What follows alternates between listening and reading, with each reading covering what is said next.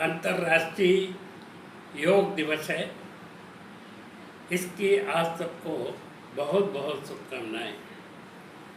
योग भारत की एक अद्भुत विधा है, एक श्रेष्ठ विज्ञान है जो कि हर मनुष्य को जीवन में अपनाना चाहिए।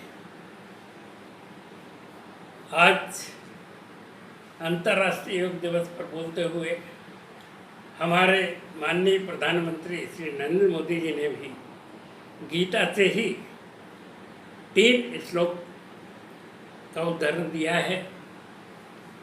मैं आपसे कहना चाहूँगा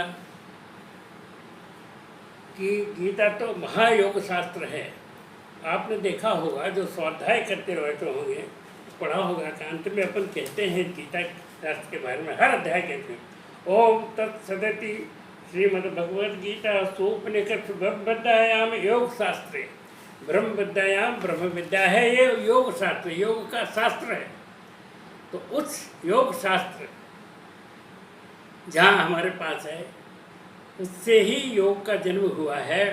और आज संयोग से अंतर्राष्ट्रीय योग दिवस है। एक बार पुनः आप सबको की हार्दिक शुभकामनाएं।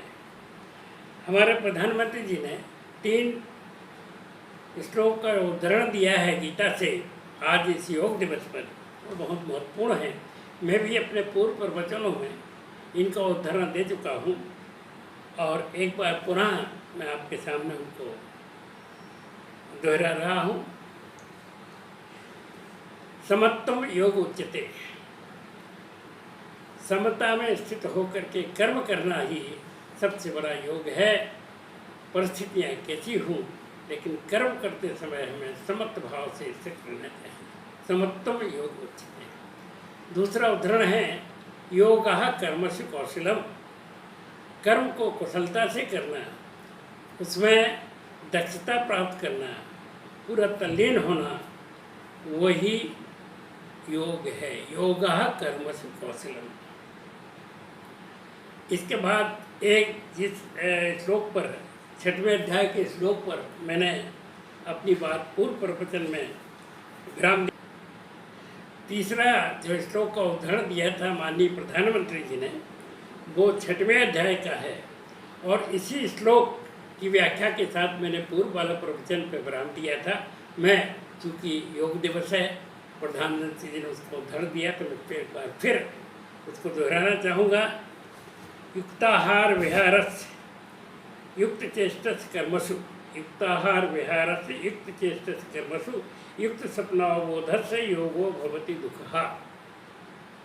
ये युक्त नपातुला भोजन करना, नपीतुली नींद लेना, नपीतुली क्रियाओं में शामिल होना, ये ही एक ऐसा सच्चा योग है।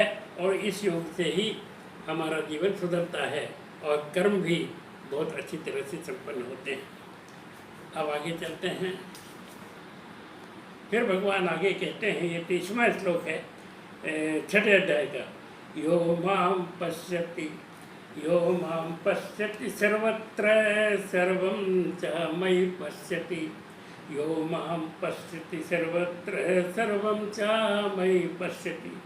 तस्याहं न पुनश्यामि सा च मे न पुनश्यति। भगवान कहते हैं कि जो भक्त सब पदार्थों में मुझको देखता है और सारे पदार्थों को मुझ में स्थित देखता है, वही मेरा सच्चा भक्त है। ईशोपनिषद में भी कहा गया है, ईशावास्यदं सर्वं यत्कं जगत्तां जगत्। संसार के जितने भी पदार्थ हैं उसमें भगवान है, उसमें ईश्वर का वास है। तो यहाँ बीच में ये श्लोक देने का मंतव्य भगवान का ये है कि सारे जगत में मैं ही व्याप्त हूँ और मेरे में ही सारा जगत व्याप्त है। तो इसलिए जो कर्म तू कर रहा है वो वास्तव में मेरे ही लिए है, मेरे तक ही जाते हैं। इसलिए उस हिसाब से जिस प्रकार तू पूजा करता है उसी हिसाब से कर्म कर। और हमारे यहाँ तो कहा भी गया है कि कर्म को पूजा बनाओ, कर्म ही पूजा है, वर्क इज वर्शिप।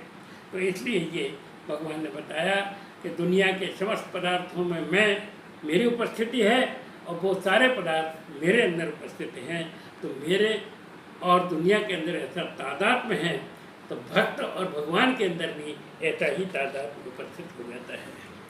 आगे अर्जुन ने बहुत सुंदर प्रश्न उठाया है कि आप जो योग की बात कर रहे हैं, विशेषकर ध्यान योग की बात कर रहे हैं, उस ध्यान में जाने के लिए तो मन का स्थिर होना अत्यंत आवश्यक है। चंचलता विहीन मन होना चाहिए। हम ध्यान में बैठे हैं और हमारा मन भटक के कहीं भी चला जाता है तो ध्यान में व्यवधान पड़ता है। बहुत सुंदर प्रश्न पूछा है। वो कहता है चंचल ही मना कृष्ण चंचल ही मना कृष्ण प्रमाति पर्वत दृढ़म तच्चाहम निग्रहम वायोरपि सदुष्करम। ये मन तो बड़ा चंचल है और मन का स्थिर होना बहुत जरूरी है ध्यान में बैठने के लिए। वो तो इस प्रकार से चंचल है जैसे हवा को बांधना मुश्किल है, उस पर नियंत्रण करना मुश्किल है, ठीक इसी प्रकार से मन को भी नियंत्रित करना, स्थिर करना बहुत मुश्किल बात है। तो फिर मैं ध्यान कैसे करूं?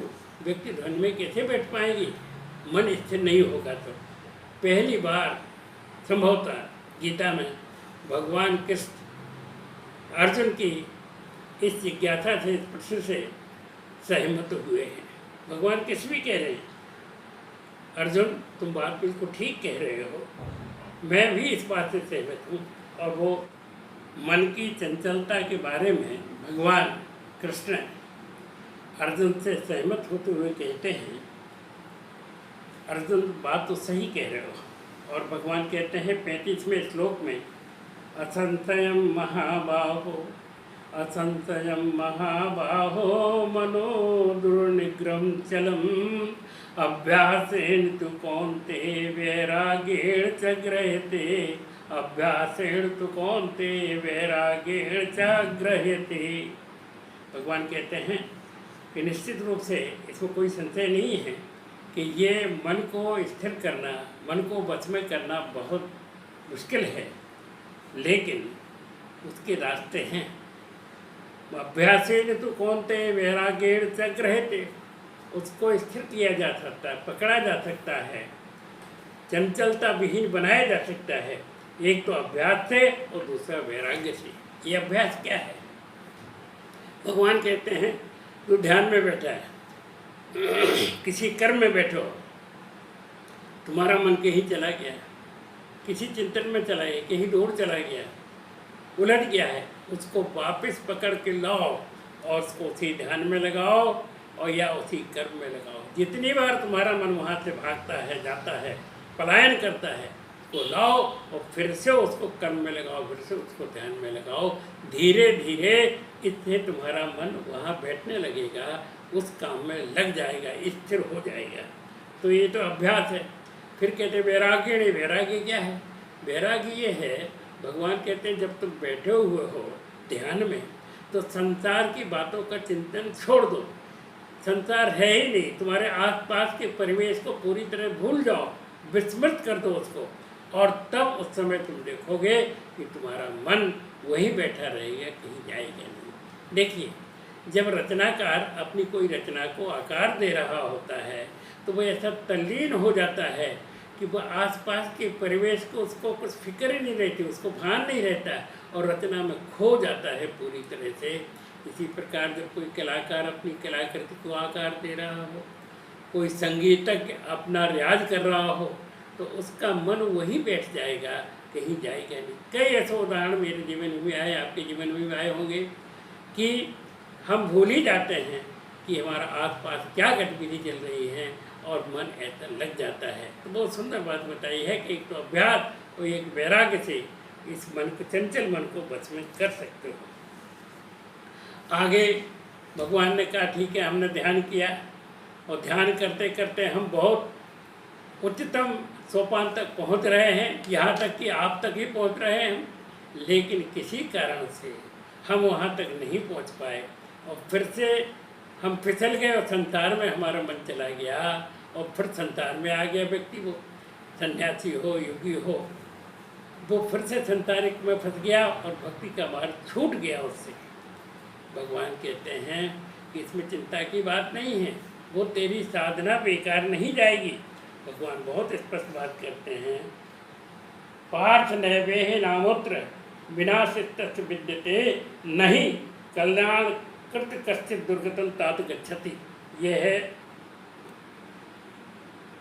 भगवान कहते हैं कि कल्याण का कार्य करने वाला, चाहे वो आत्म कल्याण का हो, चाहे विश्व कल्याण के लिए हो, चाहे समाज के कल्याण के लिए हो, वैसे जो कार्य कर रहा होता है उस व्यक्ति का कभी पतन नहीं होता है। इसलिए जितने सोपान साधना के, कर्म के इस जन्म में व्यक्ति ने चल लिए हों, वो अगले जन्म में उसकी यात्रा वहीं से शुरू होगी। जैसे कोई ग्रेजुएशन कर सकता है और उसके बाद किसी दूसरी यूनिवर्सिटी में एडमिशन लेने जाता है तो उसको पोस्ट ग्रेजुएशन में उस आधार पर मिलेगा। ऐसा नहीं कि उसको शुरू से पढ़ना पड़े, उसके बाद ही उसकी शिक्षा की आगे की शिक्षा प्रारंभ होगी। भगवान कहते हैं कि ऐसा व्यक्ति अगले जन्म में या तो श्रीमान के कुटुंब में, श्रीमानों के कुटुंब में जन्म लेता है, या योगी साधकों के कुटुंब में जन्म लेता है, और फिर वहाँ जन्म लेने के बाद में उसको पूर्व जन्म की स्मृति हो आती है कि पूर्व जन्म में हम क्या साधना कर रहे थे, कहाँ तक पहुँचे थे, और फिर आगे उसी सोपान से वो आगे बढ़ता है और अंत में जा कर के अपने लक्ष्य को प्राप्त कर लेता है। कभी भी साधना, एक जन्मी को ही साधना व्यर्थ नहीं जाती, अगले जन्म में वो काम आती है। आपको मालूम है, राजा भरत अपना राजपाट छोड़ करके भगवान का भजन करने के लिए वन में चले गए थे। वन में कुटिया के पास में ये कथा आती है श्रीमद् भागवत में। एक बार उन्होंने एक हिरण के बच्चे को देखा कि जिसका जन्म हुआ और जन्म होते ही उसकी माँ मर गई, तो वो राजा भरत ने उसको ले लिया, बच्चे को पाला पोसा अपने आश्रम में। अब उनका मन जो है उस हिरण में रम गया, हिरण में रम गया। बाहर जाता जंगल में चरने के लिए, घूमने के लिए, भ्रमण करने के लिए, वो यही सोचते रहते हैं किसी ने कोई नुकसान तो नहीं कर दिया, कहाँ गया होगा, क्या हुआ होगा, भूखा है, प्यासा है। पूरी तरह से उनका मन उसमें रम गया हिरण के शावक में, और भजन तो छूट गया उनका, हिरण में रम गया। अब ऐसे ही करते करते एक दिन वो ब्रह्मलीन हो गए राजा भरत। तो राजा भरत ब्रह्मलीन हुए तो अगला जन्म उनका हिरण का हुआ। देखिए भगवान ने कहा है इसमें, अंत काले चमामे स्मरण कलेवरम, मतलब मेरे को स्मरण करते हुए अगर अंत काल में शरीर छोड़ते हो तो साप प्रयाति मदभाव यातना संशया, तो वो मेरे को ही प्राप्त होगा। आगे फिर इसमें ये भी स्पष्ट किया है उसी संदर्भ में कि जिसका चिंतन करते हुए, अंत में चिंतन करते हुए व्यक्ति प्राण त्यागेगा उसी को प्राप्त होगा। इसीलिए तो कहते हैं कि भगवान का राम लो अंतिम समय में, राम कहो। तो क्या हुआ कि वो हिरण का चिंतन कर रहे थे, उसी में उनका प्राणांत हुआ राजा भरत का, तो अगला जन्म उनका हुआ हिरण के रूप में जन्मे।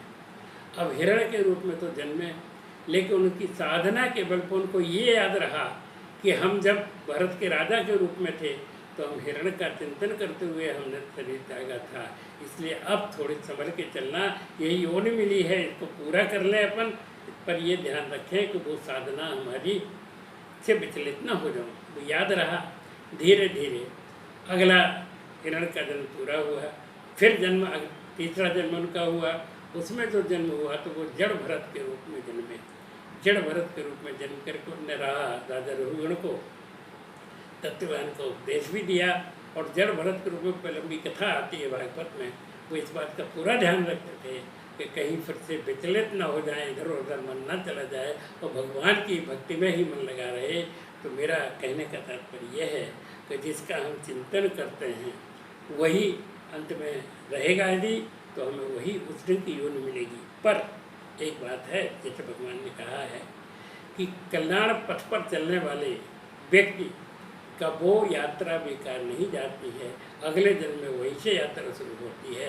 इसीलिए तो कहते हैं कि इस जन्म में अच्छे कर्म करो, अच्छे कर्म करते हुए जाएंगे तो आज में अच्छी योनि मिलेगी और आगे जा कर के हमारे लक्ष्य को प्राप्त कर सकेंगे। आपने देखा सुना होगा कि बहुत कम अवस्था में 5, 6, 7 साल की उम्र में भी कई बच्चों में हमें असाधारण प्रतिभा, असाधारण ज्ञान देखने को मिलता है।